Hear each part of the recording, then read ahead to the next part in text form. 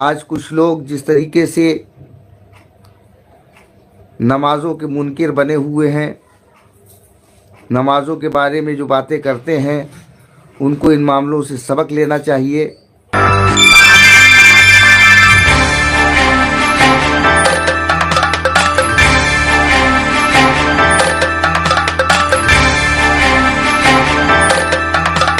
ہے کہ آپ نے کس طرح سے فقیرانہ طرز عمل پر اپنی زندگی کو جیا، پریشانی حالت میں اپنی گرہستی کو چلایا۔ کئی دن ہو جاتے تھے، روزے پر روزہ رکھتی تھیں آپ، افطار کا سامان بھی میسر نہیں ہو پاتا تھا، لیکن ان حالات میں بھی آپ نے اللہ کی عبادت کو ترک نہیں کیا، نماز پڑھنا بند نہیں کیا۔ آپ انتہائی کمزوری کی حالت میں بھی نماز پڑھا کرتی تھی، یہاں تک کہ آپ جب کھڑی نہیں ہو پاتی تھیں تو بیٹھ کر کے نماز ادا کرتی تھی، لیکن نماز پابندی کے ساتھ آپ ادا کیا کرتی تھی، اور وہی عمل میرے مولا امام حسین علیہ السلام کا رہا کہ میدان کربلا میں پانی بھی بند کر دیا گیا، تمام اذیتیں تھیں، تیروں کی نیزوں کی بارشیں ہو رہی تھیں، پورا کا پورا خاندان کے سارے مرد سوائے سید سجاد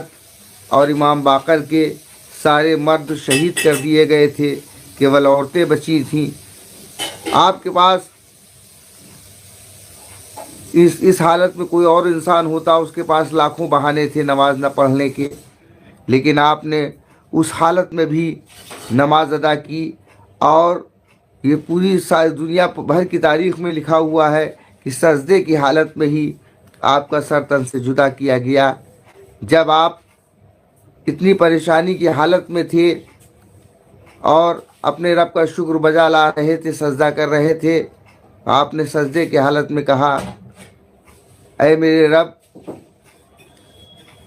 تیرا حسین تجھ سے راضی ہے، تو حسین سے راضی ہو جا۔ یہ آپ کی بندگی اور اطاعت کا عالم ہے۔ آج کچھ لوگ جس طریقے سے نمازوں کے منکر بنے ہوئے ہیں، نمازوں کے بارے میں جو باتیں کرتے ہیں، ان کو ان معاملوں سے سبق لینا چاہیے۔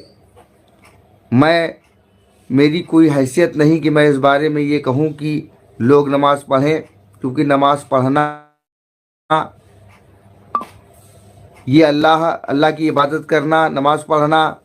یہ اللہ اور اس کے بندے کے بیچ کا معاملہ ہے۔ میں صرف گزارش کر سکتا ہوں کہ ہم اگر حسینی ہیں،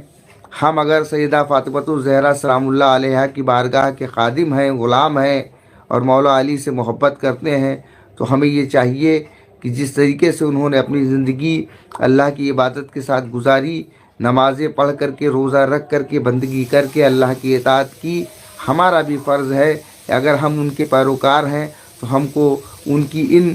ساری چیزوں پر عمل کرنا چاہیے، اور ایسا کوئی کام نہیں کرنا چاہیے جس سے ہماری نسبت، ہماری عقیدت، ہماری عشق اور ہمارے محبت پر دنیا کے لوگ انگلی اٹھائیں۔